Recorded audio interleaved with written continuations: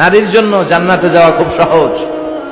তার এক পা, নারীর এক পা জান্নাতে এমনি ঢুকে আছে। আর কিছু কাজ করলে, 4টা কাজ করলে বাকি পাটাও জান্নাতে ঢুকাই দিবে কে?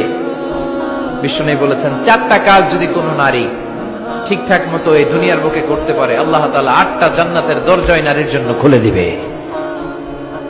1 নম্বরে বিশ্বনবী বললেন, আল মারআতু ইযা সাল্লাত খামসাহা, কোন নারী যদি 5 ওয়াক্ত সালাত সময় মতো আদায় করে, ওয়া সামাত শাহরাহা, রমজানের রোজাগুলো ঠিকমতো রাখে, আতাআত বালাহা, স্বামীর আনুগত্য করে, ওয়া হাফিজাত ফুরুজাহা, নিজের লজ্জাস্থানের হেফাজত করে। 4টা, কয়টা?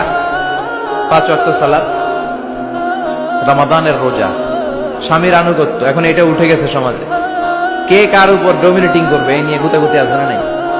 কে বড় হবে, কে মশারি টাঙ্গাবে রাত্রে, কিলাকিলি আছে না নাই? হাজবেন্ড কে তুই টাঙ্গা, স্ত্রী কে আমনে টাঙ্গান, আছে না নাই? আনুগত্য নাই, ছোট্ট খাট্ট বিষয় নিয়ে কিলাকিলি।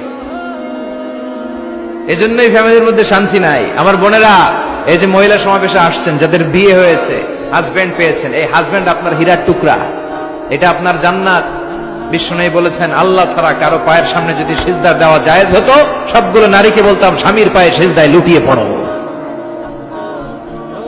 আল্লাহ ছাড়া যেহেতু কারোর সামনে সিজদা দেওয়া যায় না, তাই আমি এটা বলি না। যদি জায়েজ হতো, সব নারীকে বলতাম স্বামীর পায়ে লুটিয়ে পড়ো, স্বামী তোমার জান্নাত। 5 ওয়াক্ত সালাত পড়বেন, রমাদানের রোজা রাখবেন, স্বামীর আনুগত্য করবেন, নিজের লজ্জাস্থানের হেফাজত করবেন, নিজের সতীত্ব, নিজের সম্মানের হেফাজত করবেন। এই 4টা কাজ যদি কোনো নারী দুনিয়ার বুকে করতে পারে, তার জন্য 8টা জান্নাতের দরজা খুলে দিবে কে? আল্লাহ।